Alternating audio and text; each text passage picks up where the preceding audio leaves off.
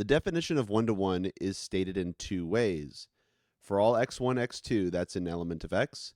If f of x1 equals f of x2, then x1 equals x2. And for all x1 and x2 and x, if x1 does not equal x2, then f of x1 does not equal f of x2.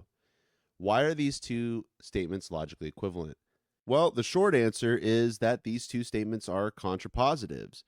But let's see why that is by rewriting these statements using prop logic and predicate logic. Let's rewrite these using quantifiers and predicates.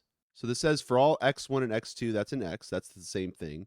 And then the predicate is an if-then statement. Here we have an if statement and a then statement.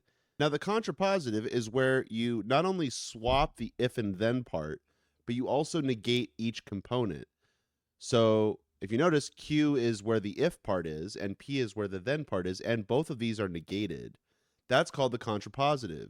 And every implication is logically equivalent to its contrapositive.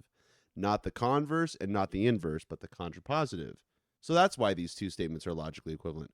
Now for me, I prefer the second definition here.